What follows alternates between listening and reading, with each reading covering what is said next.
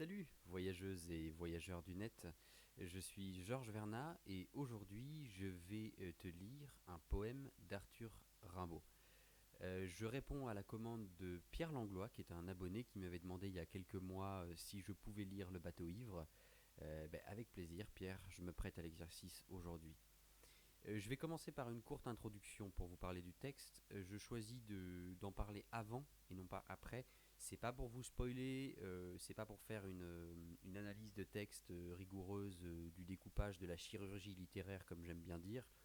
Pas du tout. C'est juste pour vous donner une petite idée pour les non-connaisseurs de Rimbaud et pour les connaisseurs de Rimbaud d'ailleurs, pour vous donner une petite idée de l'univers dans lequel on va rentrer avant de s'y immerger, parce que c'est pas un univers simple. Et je le rappelle, n'hésitez pas, si mon contenu vous plaît, à vous abonner, à activer la cloche. Voilà, ça me fera très plaisir. Le bateau ivre, c'est un cas d'école pour moi, parce que j'ai écrit beaucoup de poésie quand j'étais plus jeune, à partir de mes 9 ans à peu près, et quand on est enfant comme ça et qu'on écrit de la poésie, il ne faut pas oublier que Rimbaud écrivait, il était très jeune, on aime jouer. On est des jongleurs de mots, on aime bien mélanger tout ça, mettre des couleurs, des odeurs. Il y a une espèce de débordement en fait de mots qui sort de soi. Et la langue commune, la langue traditionnelle, la langue courante qu'on parle vous et moi tous les jours, celle que j'utilise pour m'adresser à vous là tout de suite, est-ce que tu peux aller me chercher du pain ou je sais pas, il faut que j'aille faire une course, j'en sais rien. Cette langue-là, il faut à un moment la mettre de côté pour rentrer dans l'univers d'un poète comme Rimbaud, surtout d'un poète aussi inventif qui, je le disais, est jeune et donc il a beaucoup de talent, il a un vocabulaire très étendu et ce vocabulaire très étendu ne lui suffit pas, il a envie d'en rajouter, il a envie d'inventer des mots, il a envie de trouver des images qui n'existent pas. Donc il faut déjà abandonner un peu les a priori et entrer dans un monde, un territoire que vous ne connaissez pas forcément, le territoire de la poésie. Donc ça c'est important. Le bateau ivre, il a été écrit à l'été 1871 à peu près. Rimbaud, on sait qu'il a donné le manuscrit à Verlaine, qui donc était son amant. Et il a été analysé. Il a été analysé, suranalysé, hyper analysé, ultra analysé. Bon, forcément c'est Rimbaud. Rimbaud est une immense figure de la poésie.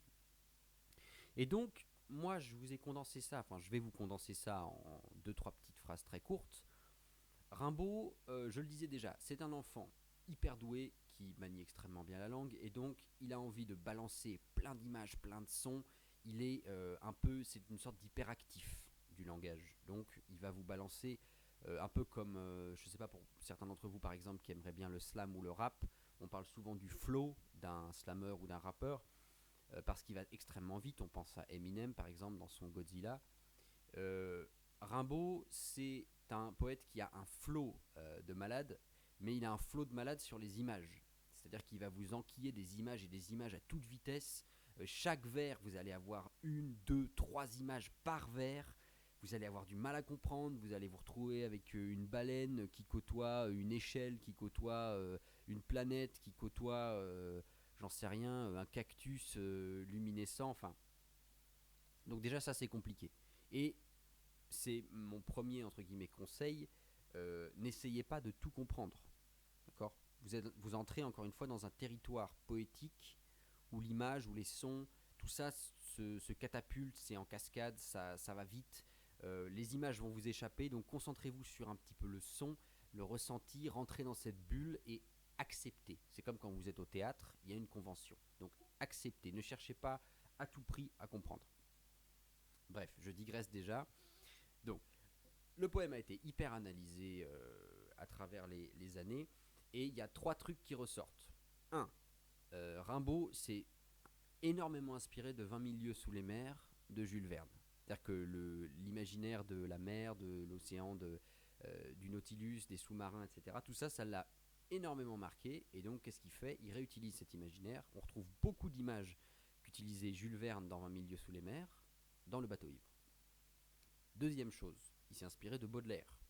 Donc les textes sur le voyage de Baudelaire qui parlent de grandes de grands voyages au long cours, d'images incroyables aperçues, etc. Il s'inspire de Baudelaire, donc il pompe un petit peu aussi de ce côté-là.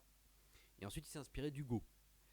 Hugo, pareil, poète très démentiel, avec des images incroyables, très fortes, avec des explosions dans tous les sens, etc. Hugo, c'est un peu du blockbuster poétique. C'est-à-dire qu'il va vous mettre voilà, des images complètement dingues. Ça va exploser, il y aura des planètes, des titans, des volcans, enfin voilà. Ça plaît à Rimbaud, donc il n'hésite pas pareil à mettre le paquet sur les images, sur tout ce qui vous balance, en s'inspirant de la verve poétique d'Hugo.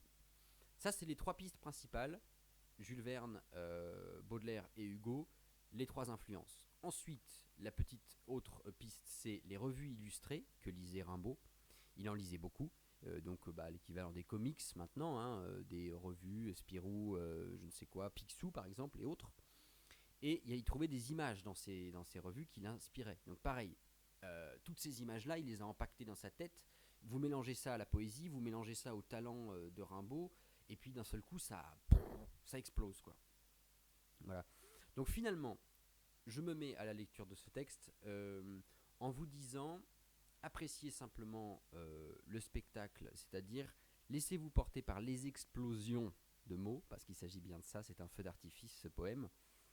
Et n'oubliez pas que dans la poésie, le but c'est de s'amuser. C'était un peu le titre de mon premier recueil, justement, Juego y Libertad, jeu et liberté. C'est-à-dire, je m'amuse avec les mots, je m'amuse avec mes vers, je fais ce que je veux, je suis libre et je savoure cette liberté en faisant vraiment, en ayant un langage qui est le mien. Et tant pis si vous ne comprenez pas. Voilà, il y a un peu de ça dans la poésie.